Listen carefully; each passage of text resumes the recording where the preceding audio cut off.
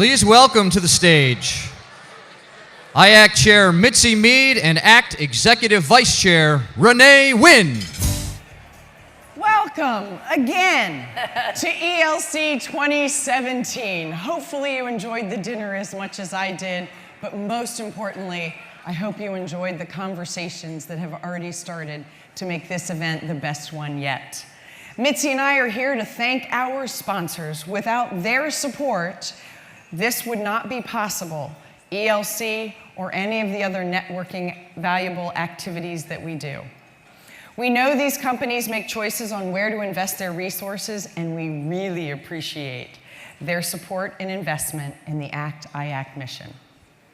And good evening, everybody. I want to welcome you as well. I'm here to talk about our sponsors. All the sponsors are listed in your programs and are going to be at various locations throughout the conference. While we don't have time to thank all the sponsors from the podium, there are a few we'd like to recognize.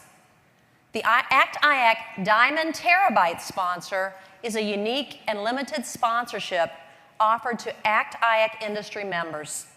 The Diamond Terabyte sponsors proudly declare their intention to stand side by side with ACT-IAC in support of our mission to improve government through the application of technology.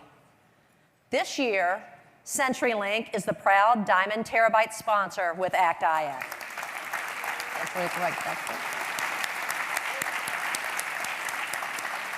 Thank you to our Diamond Terabyte sponsor, CenturyLink. Our Gigabyte sponsors are companies that have stepped up to support the entire range of ACT-IAC activities throughout the year. Our large business Gigabyte sponsors are Booz Allen Hamilton, Dell EMC, DXC Technology, General Dynamics Information Technology, and OnPoint. And now we'd like to thank our platinum sponsors, Accenture, AT&T, Capgemini, ICF, Leidos, NIC, Pragmatics, and Verizon. And next, I'd like to introduce our ELC Megabyte sponsors, CSRA, Hughes, and SAIC. Our media partners also provide significant support to ACT-IAC throughout the year.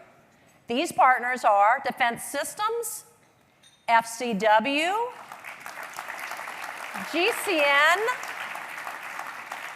Government Executive Media Group, Government Matters, and Washington Technology. We'd also like to thank our golf sponsors who helped to make the tournament possible, which actually happened today, which we were very happy about. Those are CenturyLink, Booz Allen Hamilton, Dell EMC, General Dynamics Information Technology, and OnPoint. This year we have a few a la carte sponsors to recognize as well. They are the bag sponsors were Dell and DSA. The latte bar sponsor was Altamira.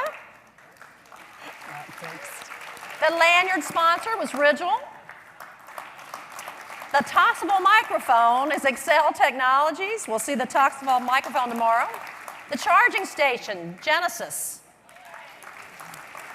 And the mobile app sponsors, OPM HRS and Verizon. And our ad sponsor, Management Concepts.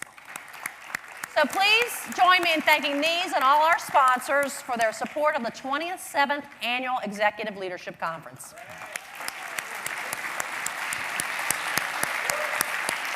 Great. We would now like to welcome Cynthia Shelton to the stage.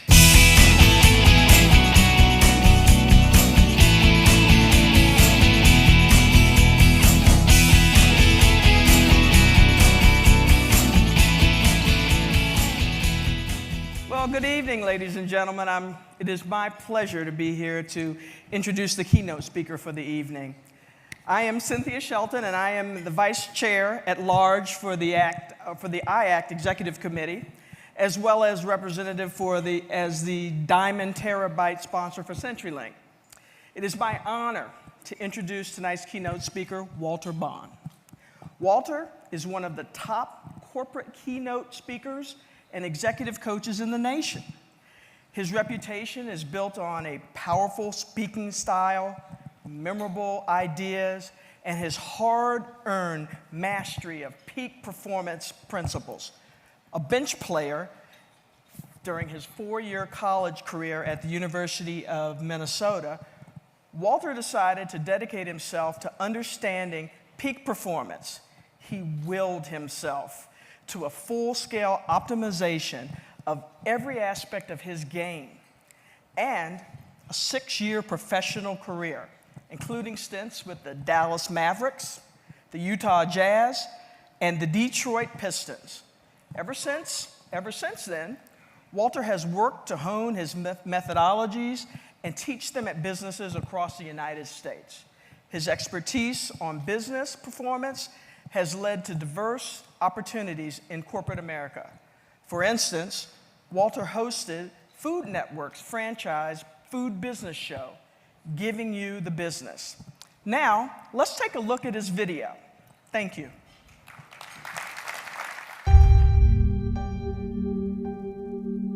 Really, my purpose today is to introduce a very neat person. It's your keynote speaker. This individual is a business expert, and he's as highly sought after professional speaker as there is. And he's the founder of the Bond Group. So today I want to talk to you. How about that?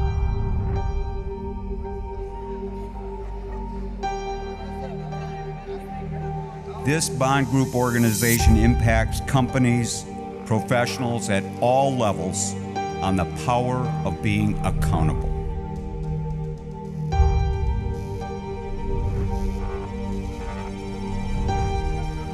And this individual also, before founding this training and development company by the name of Walter Bond, played professional basketball for NBA teams such as the Utah Jazz, Detroit Pistons, and the Dallas Mavericks.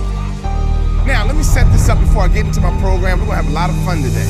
I made it to the NBA because I was fundamentally sound. No other reason. Walter delivers more than 100 life-changing keynotes and seminars each year. Every single day I drilled the fundamentals. So when I left sports and got into business, I didn't focus on making money. Walter has received numerous awards such as the Best Motivational Speaker, Top 5 in Motivation. People want to have success, people want to make a lot of money, but they want it to be easy without any challenge.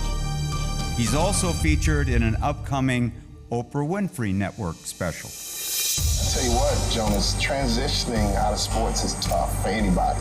Your whole life is sold out to the sport, and then one day it's taken away, and now you got to figure out the next plan, and you haven't had time to make a plan because it takes such a commitment to play pro sports. Now, I want you to be confident, but don't you dare cross that line into arrogance, because arrogant people stop growing. Arrogant people stop developing because arrogant people think they have arrived. My arrogance almost cost me my future. What do I need to do? You see me operate. You see what I'm doing. I'm tired of making excuses. I'm tired of justifying. What do I need to do? I went to that coach's office for 4 years. It started as a joke. That last year, he teared up. He said, son, when I recruited you, I heard you was a mama's boy. But he gave me the biggest compliment I've ever had in my life. He said, you are not a mama's boy. In fact, you're one of the toughest players I've ever had. The biggest compliment he ever gave me. You are just like your daddy.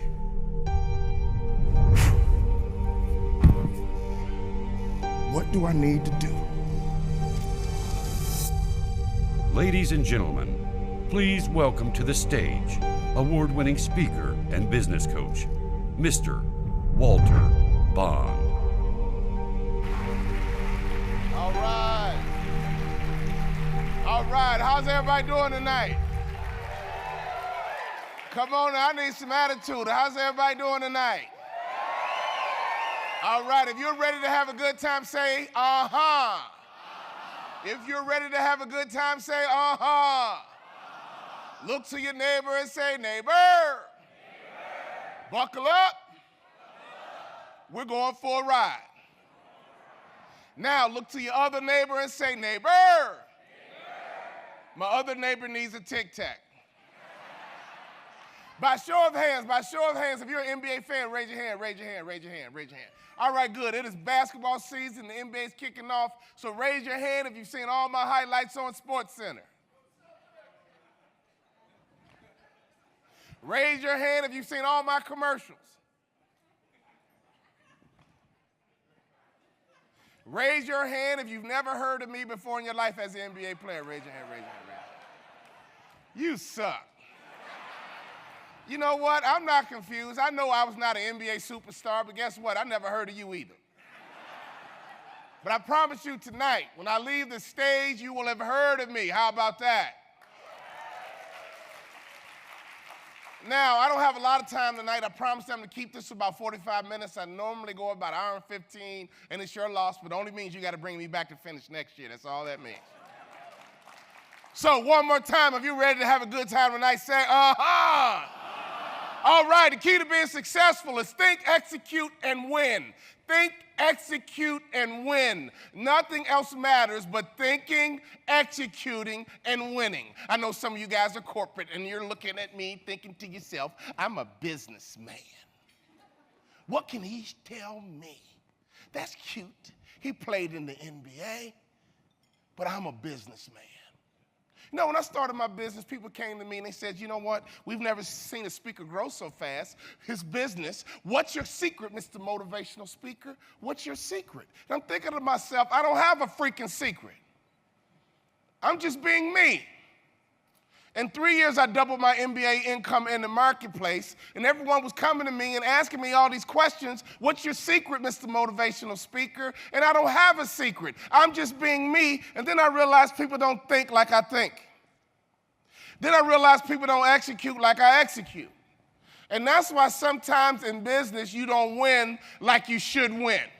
So if you are stuck right now, I want you to pay attention. If you are stuck right now, I want you to lock in, because what I want to do tonight is to get you unstuck. See, one key term I want to teach you tonight is what I call the off season. See, I just think differently. I don't think like everybody else. I guarantee you my ACT score would not rank in the top percentage in this room. But I'm smart in my own way. See, I'm a former professional athlete, and the way we became excellent is with our off season. So here's my question. Pro athletes have an off season, why not you? The only way any of us can get exponentially better is to take a little bit of a break, not to work in our business, but to work on our business. Some of you guys have had great ideas, and you haven't had a chance to get around to them. Why? Because you need an off-season break. You're not going to get 5 months like athletes do. See, athletes get 5 months off, and that's when we get bigger, that's when we get stronger, and that's when we get faster. In business, you better figure out how to take an off season where it's a little bit of a break, a sabbatical, where you don't work in your business, you work on your business. Is everybody with me?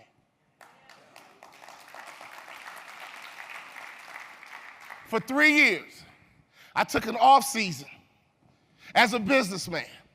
And we put our business on the fast track to growing exponentially. And every year our revenue increased because I understand from a sports perspective, the off season is sacred to me.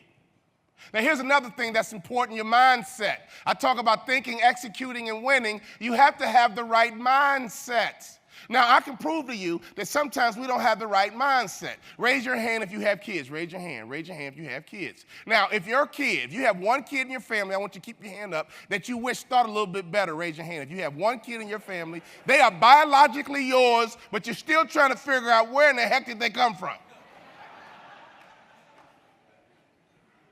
My mother used to tell me as a little kid, oh, Walter, if I could just turn your head one more time, I think you'd be okay. If I could just turn your head one more time, I think you'll be okay. See, if you don't think right in the beginning, you are screwed. Am I right or wrong? And I'm going to convince you right now that we got brainwashed in school. We got brainwashed in middle school and high school, and I can prove it to you. Remember those A students? Remember those annoying A students? They got straight A's and got one freaking B, and we had to put them on suicide watch. Remember those kids? Remember those kids? It wasn't just them. It was their mom and dad, too, because mom and dad had a bumper sticker saying, my child is an A student, honor roll student at such and such a school, and one B rattled their cage. Am I right or wrong? You go to Harvard and Yale and Princeton. Most of these schools have a suicide hotline because some of these kids are getting the first B in their lives. Why? Mindset. They see themselves as an A student and nothing less than the A will do. Mindset. When they get something less than what they expect, they are rattled to the core. Mindset. Remember those C students? You see, C students had a mindset as well. Am I right or wrong? You see, a C student can get an A on the midterm, and a C student will say this. Oh my God! I can't believe it. I got an A on the midterm. My mom and dad swear I cheated, but I didn't. I don't know what got into me. I actually studied and prepared and applied myself. And I aced that bad boy. And then once the smoke clears, they'll start saying this. Well, Mom, Dad, don't get your hopes up. Don't get your hopes up. Because you know me. Don't get your hopes up, Mom and Dad, because you know me. Don't get your hopes up, Mom and Dad. My past record, you should have confidence in that past record. Don't be distracted by what I just achieved. So even though I proved to myself and others I can get an A, don't get your hopes up because you know me. And before you know it, that C student will sabotage themselves until they get back to that C, where they're more comfortable. Am I telling you the truth? So an A student has a mindset. And that's why they get A's. A C student has a mindset, and that's why they get C's. So can I ask you a question? Based on your goals, based on your dreams, based on your vision, are you living an A life right now? I didn't hear everybody respond to me. And here's why everybody didn't respond to me. Because everybody in this room is not living up to their potential. Because we got some B students in here. We got some C students in here. And you're locked in right now because you're saying to yourself, Walter, I never thought about it that way. You're right.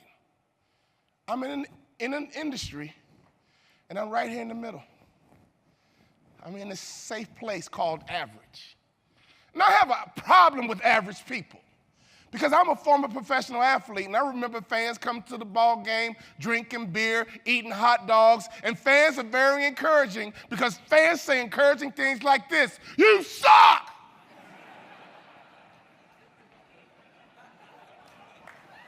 Box out, get a rebound, suck it up, get tough, you suck! Now, do you think it was easy for me to become one of the top 450 basketball players in the world that you never heard of? You think that was easy? So I got a kick out of fans who came to the ball game because they're watching professional athletes and they feel entitled to be hypercritical. And so here's my fantasy. One day, you come to work and I show up in your parking lot tailgating. I'm coming unannounced, and it's going to be a real tailgate, baby. I'm going to invite Charles Barkley, Michael Vick, Magic Johnson. I'm going to invite Brett Favre because he's going to bring the Jack Daniels, and we're going to sit out in your parking lot, and we're going to tailgate. And about 8:30, 9 o'clock, we'll have a nice bleacher based in your, reception area or in your conference room, and we're going to evaluate you all day. We're going to find your Coca-Colas and what your brand is. And we're going to paint our face in your brand, your cup of colors, and we're going to evaluate you throughout your day, and we're going to give you 1 or 2 responses at the end of the day. We're going to wake up and say, whoa, that's what I'm talking about. That technology firm is off the chain. Whoa! Or we're going to leave your office at 5 o'clock and say, boo, overrated, you suck. Can I ask you a question? Are you living an A life based on your talents and your ability?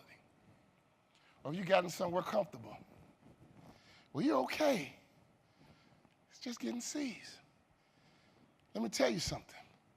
If you are okay getting C's, we got to work on your mindset. In fact, do you ever think about what you think about?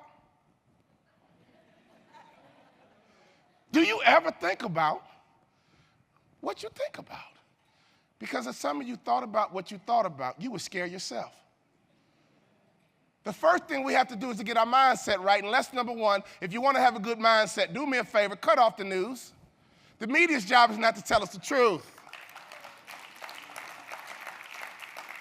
The media's job is to make money. The media has figured out that America is addicted to negative information. ABC, CBS, NBC, ESPN. Newsflash, these are companies, and they are out to make money, and they know we love negative information. So why would you work hard all day, go home, put the kids to bed, get the dog quiet, and all you want to do is sit there and watch the news, and you're waiting for good news that's never going to come?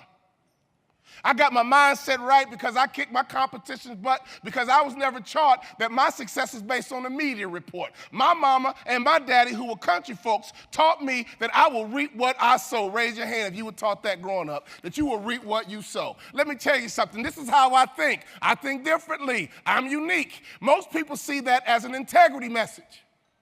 You will reap what you sow. I'm from Chicago. I grew up around thugs. I have never been to a thug retirement party. Have you?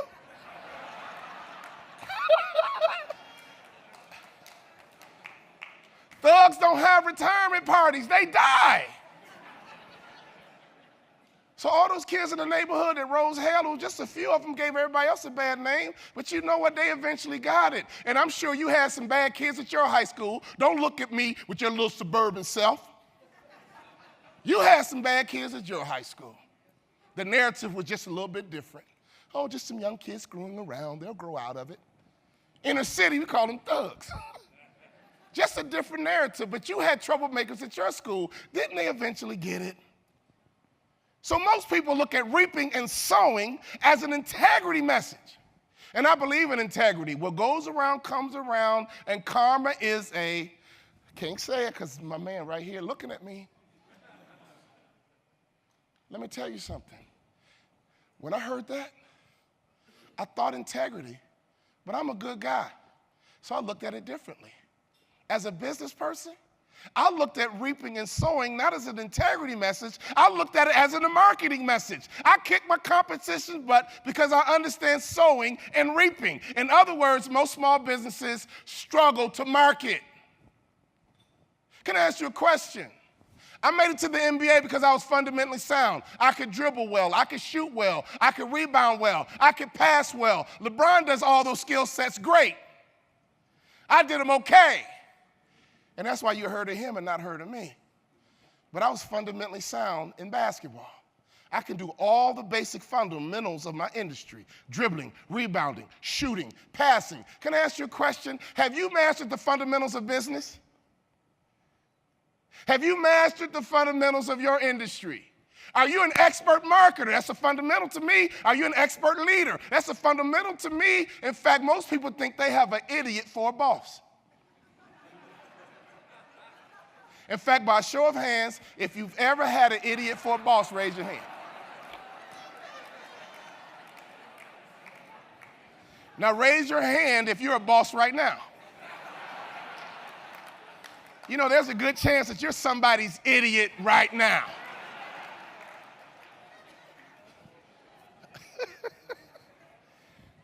So, to play in the NBA, you have to be fundamentally sound. So, ladies and gentlemen, I got fundamentally sound in marketing. And that's how I grew my business, because I didn't focus on making money. I focused on mastering the fundamentals of business. So, can I ask you a question, rhetorical? Are you fundamentally sound in marketing? Do you know how to market? Now see, if I came in and did that tailgate and came and looked at your marketing strategy, what would I give you as a response? Oh, that's great marketing. This dude has no clue how to market. See, the way I look at marketing, I build mousetraps. That's all I do. I build mousetraps. When I consult my clients, they look at me and say, dude, you are so simple, but you're so freaking brilliant. And I'm from the south side of Chicago. I keep it simple. Some of you are too freaking smart. Seriously. You outthink yourself on everything and you think you're freaking smart when you're not. Listen up, buddy. You're about to get a marketing one-on-one lesson from a brother from the south side of Chicago. Are you ready? For you to become an expert marketer, I'm gonna run out of time, but I'm gonna give you as much as I can. You must build the perfect mousetrap. That's all marketing is. It's building a mousetrap. And I did research on mousetraps. You guys know there's 3,997 patents on a mousetrap? But if you go to the local store, there's only 3 mousetraps you can buy, which means about 3,994 of the patents on a mousetrap suck. Which means most of your marketing strategies suck. You haven't caught a client in a long time.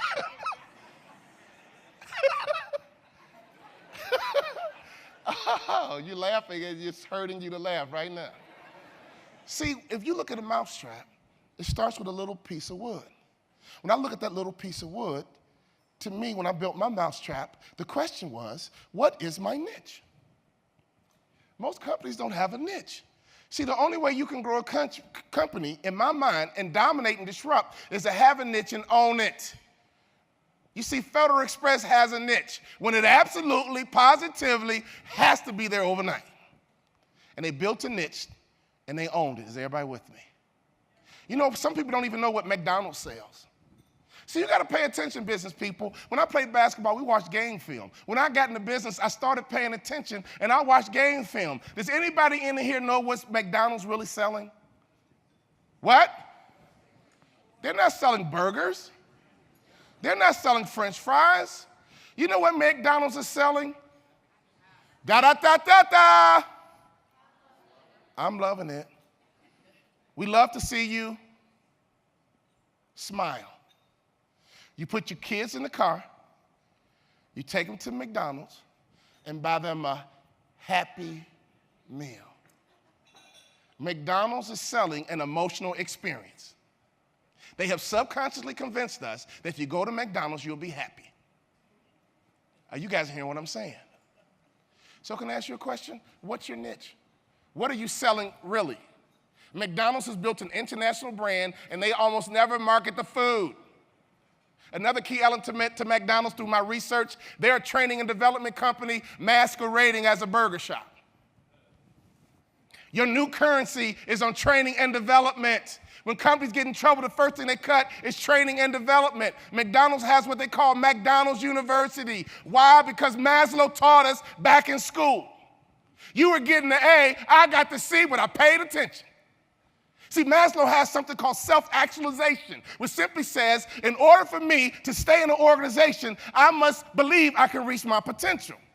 So I'm talking to Gallup Poll. They're trying to get me to use some of their stuff. I like making my own stuff because I put my own little flair on it. And they said, Walter, you need to use our stuff because you have reach.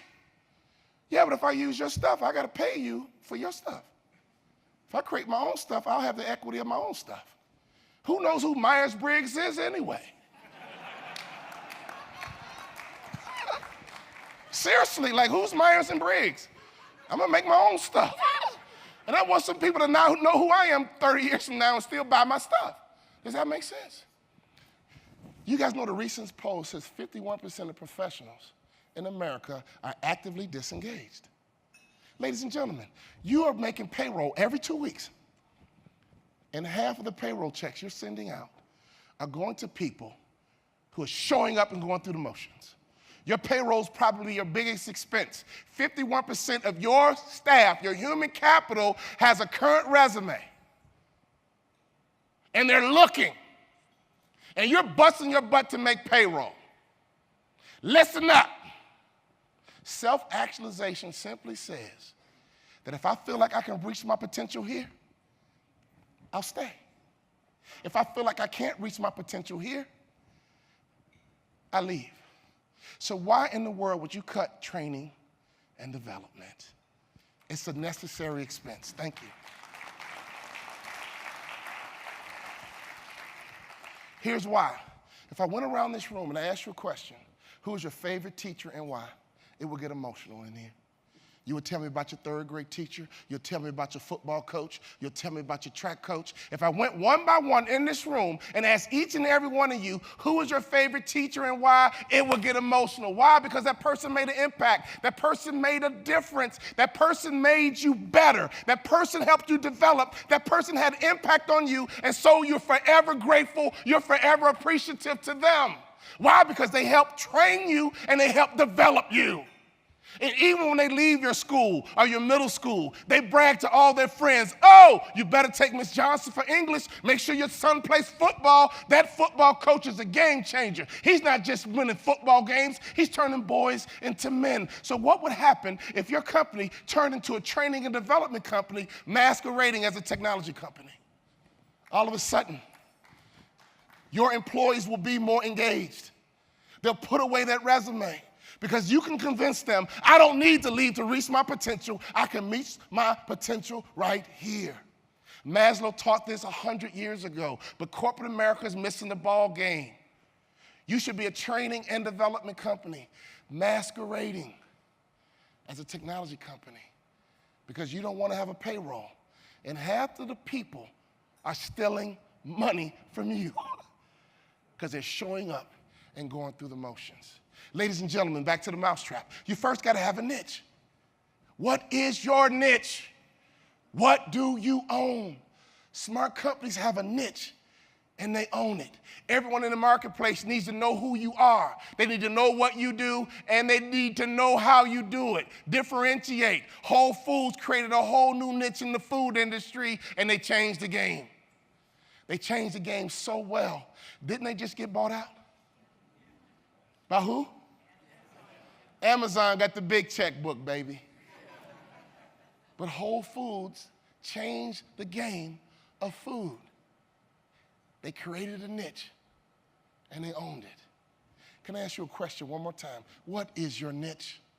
If I came and saw your marketing strategy, could I clearly see your mousetrap and what niche you're attempting to own? The next part of the mousetrap is the cheese.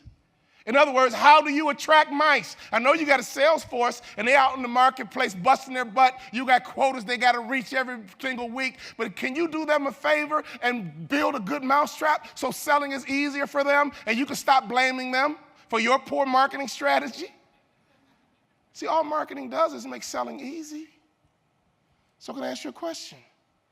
After you figure out your niche, what is your cheese? How do you attract mice?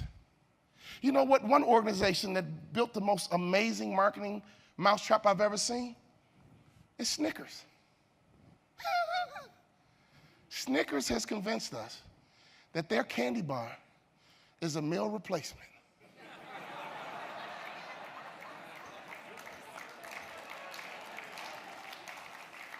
You want to talk about brilliant marketing, brilliant niching? And they coined the phrase hangry. Is everybody with me? So you got millions of people around the world every day saying, look, I'm hungry. I don't have time to grab lunch. I'll just go and grab a Snicker. Not a whatchamacallit, not a Milky Way. Somehow Snickers has convinced us that that's a meal replacement. Oh, brilliant marketing.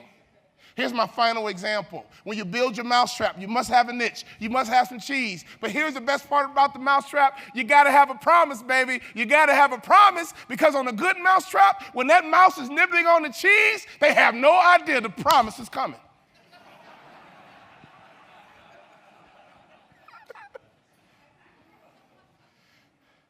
So I go to Panama with Patrick Doyle and the leadership team of Domino's. And I spent a whole day with Patrick Doyle and the leadership team of Domino's. And he explained to me how he took Domino's to a whole nother level. If you're anywhere near my age, we love to order Domino's pizza in college. Why? Because they had a promise. If it didn't get there in 30 minutes, it was free. Me and my boys would sit around the dorm. We would watch the clock. Okay, call them. Oh, I hope they're late. God, I hope they're late. They built a whole brand based on a 30-minute promise. If they don't get the pizza there in 30 minutes, it's free. So Patrick Doyle talked to me at breakfast, and he said, Walter, when I took over, I realized we had built a really strong brand on a 30-minute promise. But I thought to myself, what if we built a brand on good pizza? He says, Walter, you got to be honest. The pizza you ate in college tasted like cardboard. And I said, you know, Patrick, you're right. It tasted like cardboard. He says, I know. So here's what we did. We threw the ingredients away and upgraded the pizza. We got a better flour. We got better cheese. We got higher quality sauce. We got better ingredients. And collectively, guess what? Now we have a much better pizza. And once we created a much better pizza, we took away the promise.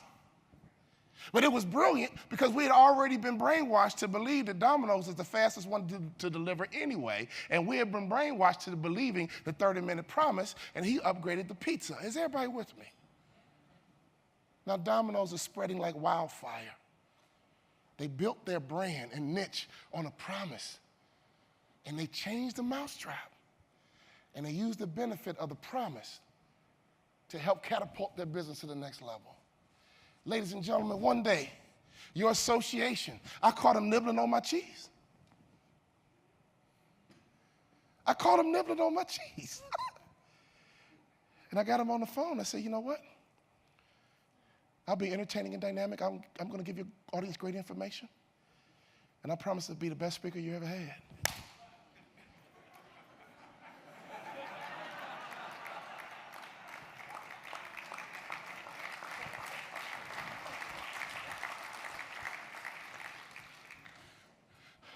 Promise. Now, whether I'm your best speaker ever is a whole other conversation, but I got the business. Is everybody with me? So ladies and gentlemen, we got to think, we got to execute. That's the only way you can win. Can I ask you a rhetorical question? How good is your company's mousetrap? How good are you at attracting customers? How good are you giving a promise and delivering on that promise? Do me a favor, cut off the news and get fundamentally sound in marketing. Get fundamentally sound in business skills. And I promise you, you can thank me later, because if you become fundamentally sound in all of the business disciplines, you will kick your competition's butt. So here's why you don't listen to the news. Because if you listen to the media, some people really believe that every black guy was raised by a single mom, played his way out the ghetto, and we all go broke when we're done playing sports. That's the narrative that everyone wants to tell. I was not raised by a single mom. I didn't play my way out the ghetto. Everyone in my family has master's degrees. I was going to college anyway. It just made sense to go for free.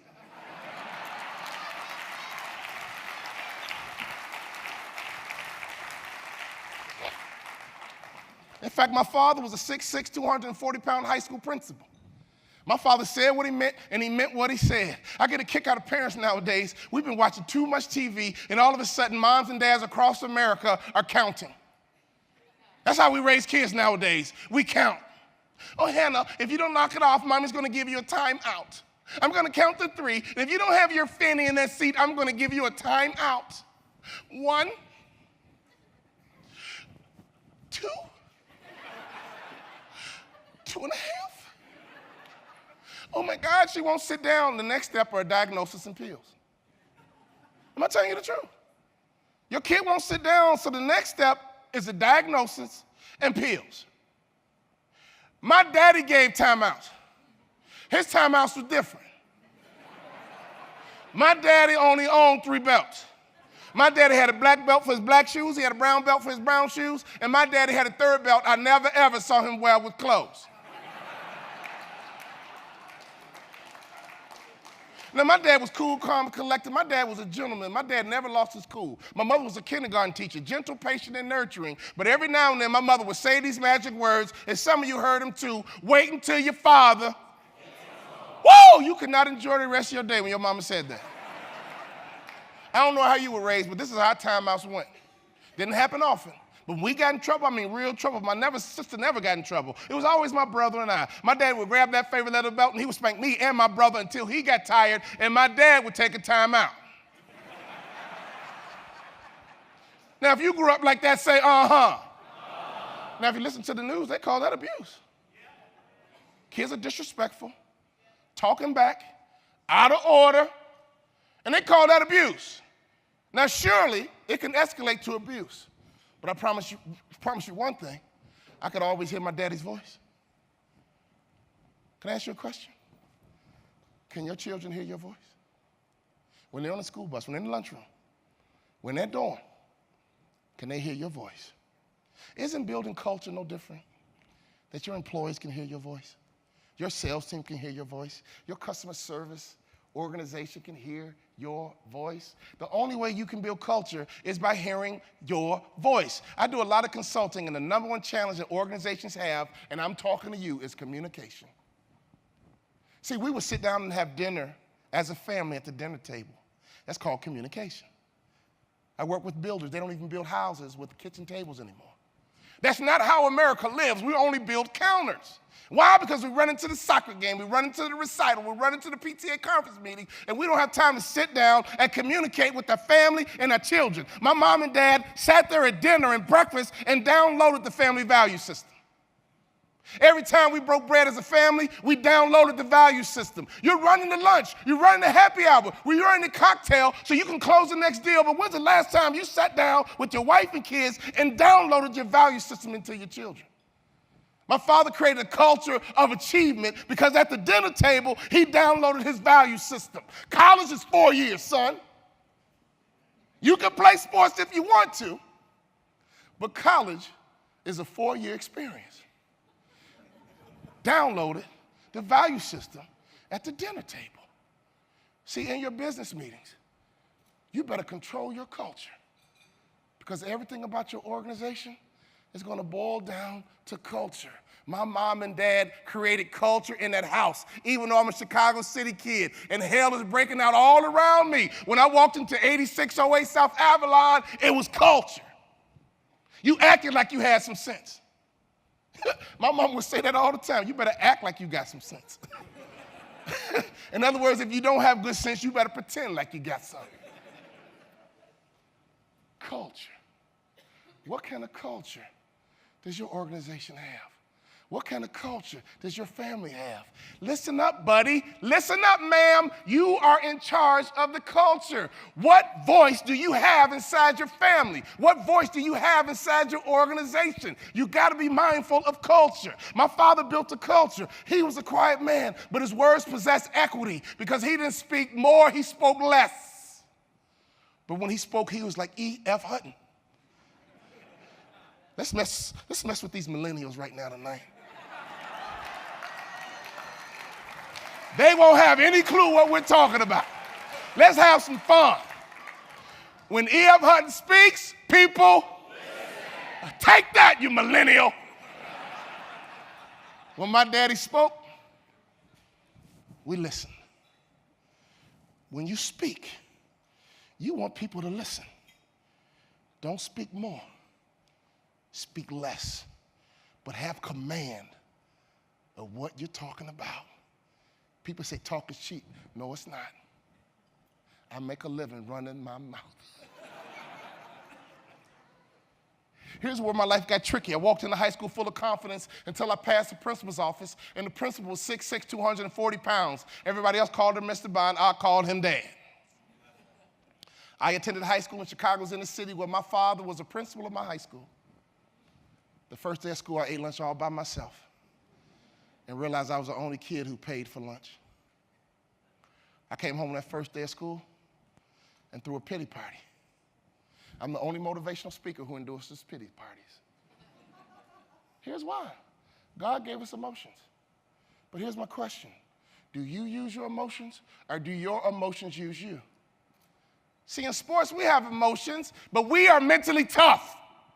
You shoot an air ball, give it back to me. I'll knock the next one down.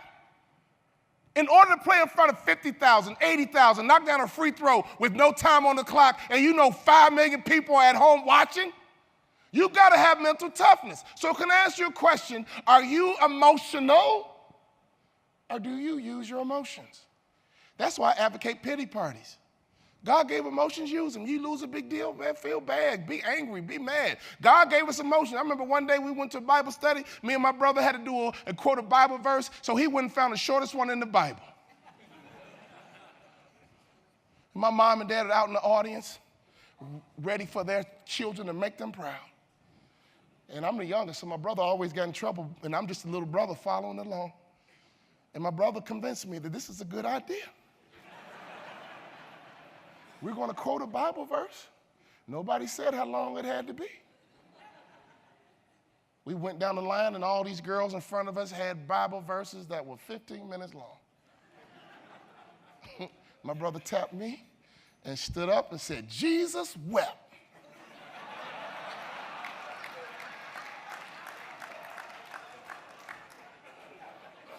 I looked at my mama, she just said, oh, God.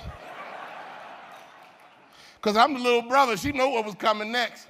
My brother got away with it, I'm going to get away with it. I stood up and said, Jesus wept. And I stood back. Then I thought about it. You know, if he cries, it must be okay. You know, God gave us emotions, guys. It's okay to be mad and angry and frustrated, but are you using your emotions?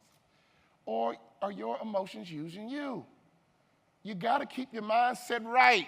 So when things happen, throw a pity party. But here's my one stipulation. Don't you ever let a pity party last more than 3 days. That's it. My pity parties last about 10 minutes. So I came home that first day and I threw me a pity party. In fact, I invited Lionel Richie to my pity party. Hello?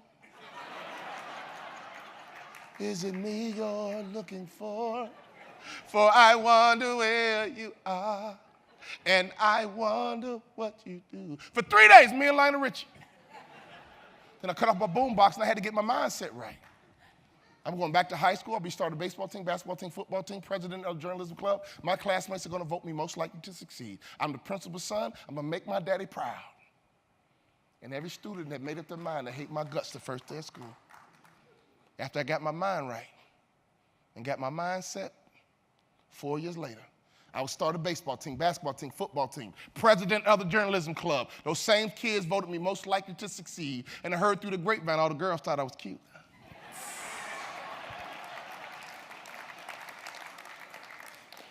I made one mistake. I crossed the line and became arrogant. I was one of the top basketball players in the country. That's how I learned about business. That's how I learned about sales. I wish I had more time, but I'm going to tell you one more message about selling. The reason I tripled my MBA income is because I know how to sell. I know how to market, and I almost never hear the word no. Why? Because I learned from the best. When I got recruited, my daddy said, pay attention, son, pay attention, pay attention. When my daddy says pay attention, he means pay attention. I got recruited by UCLA, Arizona State, Michigan, Minnesota, Wisconsin, coast to coast. The doorbell would ring. Who is it today, Mom? Who is it today, Mom? Boy, be quiet and pay attention. Okay, Dad. The doorbell would ring. They always came in a pack of 3. They always had on a University of Eastern golf shirt. They always had a brochure. They put a brochure on the coffee table. Always 4 students on the brochure. 2 white, 1 Asian, 1 African American, and the brother was in the back like this. And sometimes they would substitute the Asian for the Latino. As I collected different schools' brochures, I began to recognize some of the same kids on different schools' brochures.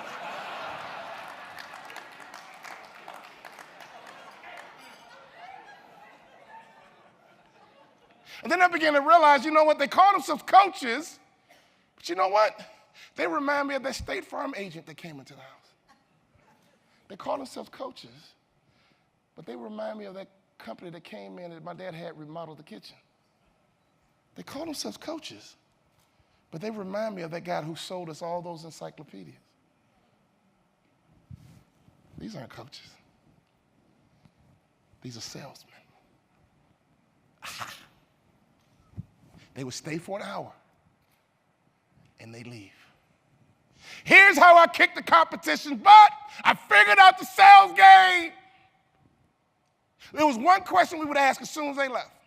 And I want you to think about your sales team. I want you to think about who you have interfacing your clients and prospects, who you have closing deals for you. Because they would stay for an hour, we would leave, we would gather around the kitchen table. I'm the baby in the family. My brother and sister had already gone off to college. Me, my mom, and my dad, we would gather around the table and we would debrief. And the first question was always the same. Well, Michigan just left. Well, UCLA just left. Well, Wisconsin just left. What do we think, family? What do we think? Here's the number one question you got to be able to answer if you want to make more money.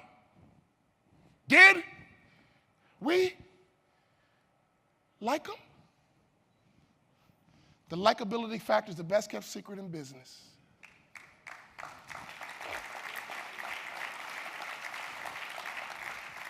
If you have a pen, I want you to write this down. Some people brighten up a room when they enter. Some people brighten up a room when they leave.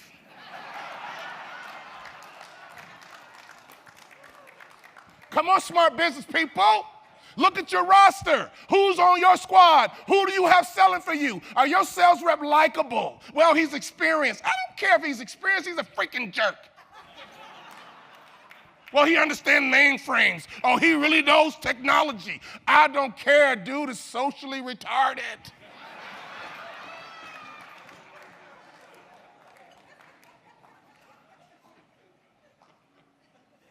People want to buy from people they like. Have you ever thought about what made Oprah a billionaire? Oprah was a journalist like everybody else. She was smart enough to realize, I need to get on TV and I need to own my show. And here's how she became a billionaire. Oprah convinced 30 million women that she was their best friend. Oprah converted likability into billions. Have you ever thought about how Charles Barkley can say anything and get away with it? In this ultra-sensitive world, where one tweet will get your butt fired, Charles Barkley talks out the side of his neck, and we do nothing. We protect him. Did you hear what Barkley said today? That dude is a nut, man. I love that dude. That's just Charles being. He gets away with it because we like him. Are you hearing what I'm saying? Raise your hand if you want to close more sales. Raise your hand if you need mercy from time to time. Ladies and gentlemen, your sales team needs to be full of likable people. My first 5 years in business, I asked my clients, just doing basic business intel, why did you choose me? You spend $130,000 on a consultant, what your customers would tell you for free. Duh. Anyway. Just read the comment cards, stupid. It's free consulting. I had a meeting planner call me, says, oh my God, Walter, my people loved you. We didn't learn a thing, but can you come back next year? My first 5 years in business, I survived only because of likability. I had no business content, and I knew it. Ladies and gentlemen, the likability factor is the best kept secret in business. Your sales team, do they brighten up a room when they enter, or do they brighten up a room when they leave? I got recruited by some of the top salesmen in the country. Nick Saban is a salesman. Calipari is a salesman. Urban Meyer is a salesman. You can look at me and talk about how great of a coach they are, and I can prove to you they're not great coaches, they're great salesmen. Why? If I got the #1 recruiting class in the country, my players are bigger than yours, they're smarter than yours, they're stronger than yours, and they're faster than yours, and of course they make me look like a great coach. Why? Because I got the #1 recruiting class in the country. They spend 75% of their time recruiting, developing, and retaining top talent. Nick Saban has a training and development company masquerading as a football team. And his players stay because they believe that I can reach my potential right here. Are you great at selling? And if you built a culture on training and development, stop going to the ball game and missing the real lesson. So all of these coaches came in and out of my living room, and I had to make a choice, and I'm gonna close with this. I wish I had more time. Y'all gotta bring me back next year. I wish I had more time.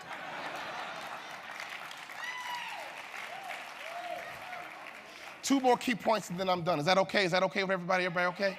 You can have dessert later. Some of y'all don't even need dessert. One day the doorbell rang and into my house stepped a guy named Clem Haskins from the University of Minnesota. I noticed something right away. All the other coaches wore the university issue golf shirt. He walked into my house, 3-piece suit, fresh haircut. He looked like success. He looked like money. He looked like success. He looked like money. He looked like success. He looked like money. He passed the eyeball test. Come on, business people, be smart. Research shows that the better we look, the more money we make. So does your website pass the eyeball test? When I come into your office, does your office pass the eyeball test? Does your marketing materials, your copy, your SEO, does everything about your brand and organization pass the eyeball test? Clem Haskins walks into my house. We set up the visit to be nice, and I noticed right away he had on the 3-piece suit, fresh haircut. He looked like success. He looked like money. Some of you people think you're overqualified for your position, and you're probably the only one who thinks so. But can I give you some advice? Don't dress for the job you have. Dress for the job you want. So when that opening comes up and they're looking for a VP and you're a manager, you got to be able to pass the eyeball test, and all the leaders will say, you know what, Janet looks like executive material. I do 100 events a year. I can almost always tell who's in charge by how they dress. You ever notice a football coach looks like a coach? You ever notice that? The eyeball test is human nature you must use to your advantage. This man walked into my house, 3-piece suit, fresh haircut. Before he said a word, he had a slight advantage over his competition. Now, the last time I checked in basketball, if you win by 1, you still win. If you're in a competitive industry, you better pay attention. Sometimes all you got to do is win by 1 to land a $3 million deal, $5 million deal. It's competitive out here, man. You're not the only person that do what you do. It's competitive. So sometimes you can win just by passing the eyeball test. And ladies, I'm about to hook you up right now. Here's what I teach in my coaching program. I call it the black tie effect. You need to make sure that you bake philanthropy into your business model. Whoa, I wish I had more time. And you go to black tie events, and you make sure your wife got some bling on. Did you hear what I said? There's nothing better, there's not a better statement made from a businessman when he goes to a black tie event, and his wife is sitting there blinged up, looking like success, looking like money. I'm hooking you up, ladies. You better talk back to me right now. And if you're a business person, go buy it yourself. I'm not sexist. The eyeball test is real. Tom Brady looks like a quarterback. Peyton Manning looks like a quarterback. Cam Newton looks like RoboCop playing quarterback. How does Tom Flutie win the Heisman and struggle his whole career? How does Charlie Ward win the Heisman and not get drafted? One reason. They didn't pass the eyeball test. Why do cops overreact sometimes? Not all the time, just sometimes. The eyeball test is not black or white. The eyeball test is human nature.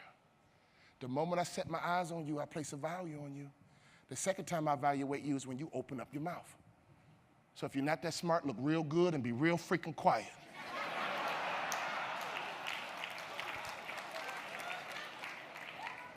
My coach walked into the house, 3-piece suit, fresh haircut. He looked like success. He looked like money. He had a slight advantage over the competition. He went in the kitchen, started talking to my mom first. He found out my mother is a native of Kentucky. Clem Haskins is a native of Kentucky. He stood in that kitchen, and all he talked about was Kentucky. He didn't talk about cybersecurity. He didn't talk about Java. He didn't talk about mainframes. All he talked about was Kentucky. He could have cared less if my mama knew how to code. All he talked about was Kentucky. Bluegrass and red dirt. Kentucky Derby and mint juleps. He found out my mother's best friend in college was his wife's first cousin. Oh, man, in 30 minutes he had my mom eating at the palm of his hands. He didn't communicate with my mama. He connected. He went to my dad. He said, Mr. Bond, I run my program with order. My dad runs high school with order. Mr. Bond, I run my program with discipline. My dad runs high school with discipline. He said, Mr. Bond, I don't know about you, but I'm a country boy from down south.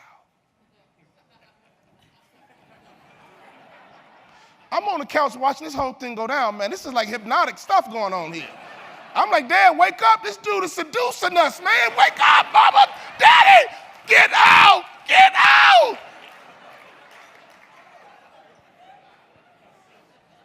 He said, Mr. Bond, I see the brochures on the coffee table. You did a fine job raising your son. He's a true student athlete. But if Walter plays for me, he must earn his playing time, Mr. Bond. I'm a country boy from down south. I don't believe in free ice cream. He got done with my daddy. My daddy was drooling out the side of his mouth. And smart leaders, let me tell you something. All he said to me, leader, was, Walter Bond, you're the key to my recruiting class, son. If I get you to my campus, you are the key. And he left the house in 1 hour. We gathered around the kitchen table. I'm the youngest, I'm the baby, but I took charge of this meeting. I said, Mama, what'd you think? Mama, did you like him? My mother said, child, please. Walter, Mama not trying to get into your business.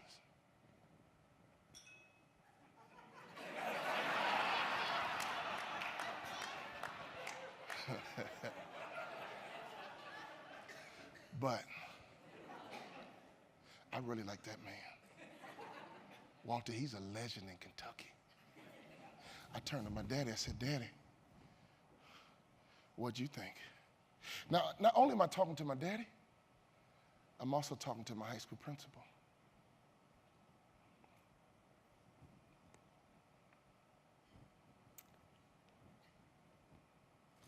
Who was also my favorite teacher. Daddy, what'd you think? Did you like him? I was around my father 24 hours a day. And some of you business owners, you having trouble with your son. You don't understand why he doesn't care about this multi-million-dollar business that you built, and he wants to go off washing cars. You don't get it. But Maya Angelou said it best. People will forget what you said, they'll forget what you did, but they will never forget how you make them feel.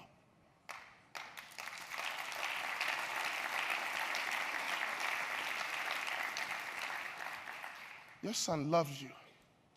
Your son respects you. And all he wants to do is be like you.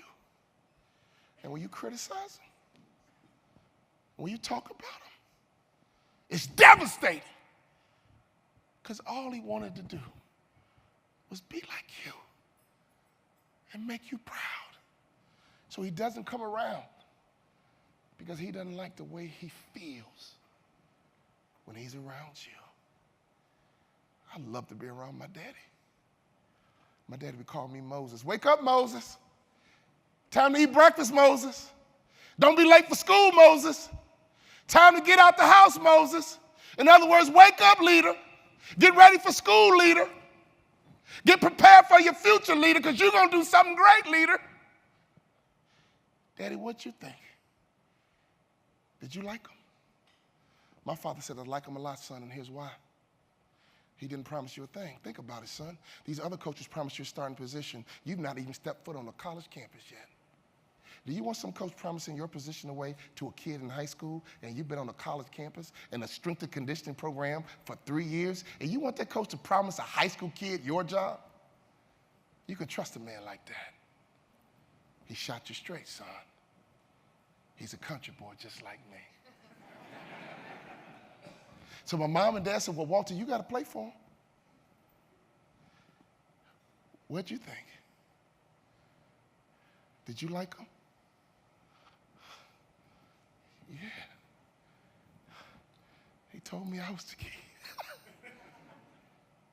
Great salesmen don't sell product. They sell hopes and dreams. I thought you were going to clap right there. I'm going to hold that for you.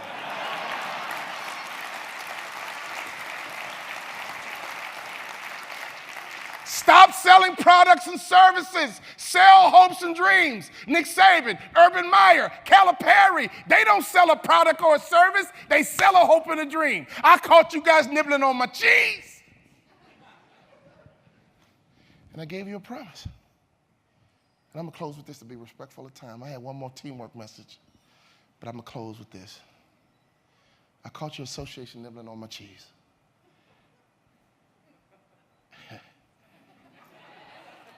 And they didn't even know the promise was coming.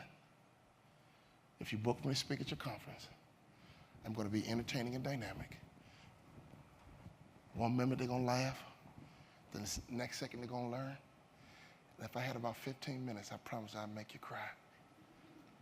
But we're going to have a great time, and I'll be the best speaker your group's ever had. Your only challenge is to find another speaker to follow me up. But that's okay, because I can come back 2 years in a row. I've learned how to upsell in my clothes because I'm fundamentally sound. If you had a good time tonight, say uh-huh. If you learned some stuff tonight, say uh-huh. All right, final lesson on the screen. I'm going to give you a free audio book. It's called The Winner's Mindset. Why? Because smart marketers have what we call a law of reciprocity. When you build a mousetrap, nothing attracts people more than free. Did you hear what I said? Nothing attracts people more than free. So one of the biggest ways we've doubled my MBA income in 3 years, and I've been in business 16, we've had increases in revenue every year, so don't do any math because you don't know. We know how to build mousetraps, and we know how to set the mousetrap, and we know what mice like to eat. I'm going to give you a free audio book called The Winner's Mindset. Because if your mindset is not right, you're screwed up from the beginning. You worried about the economy. You worried about who you went to Harvard with. And what I'm telling you, what you need to worry about is becoming fundamentally sound in every fundamental of business. I made it to the NBA because I could dribble, shoot, rebound, play defense, and score.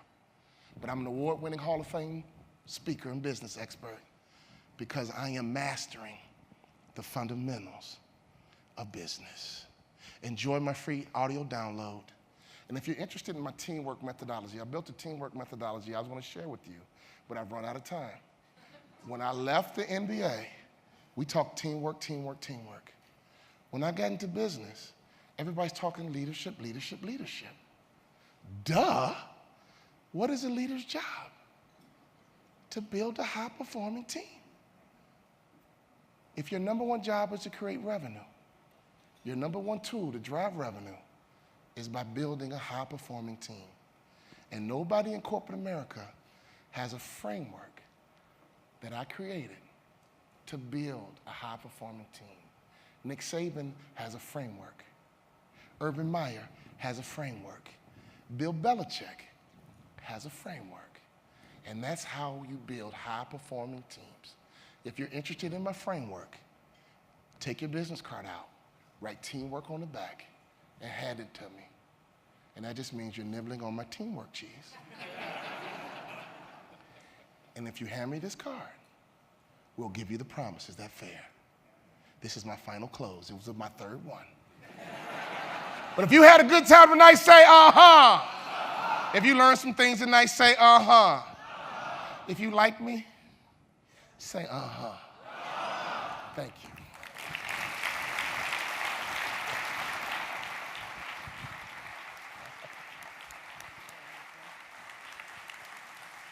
All right, I know. Okay, who wants to be me right now? Uh-huh. All right. Thank you for giving so generously to us and inspiring us to connect at the ELC 2017.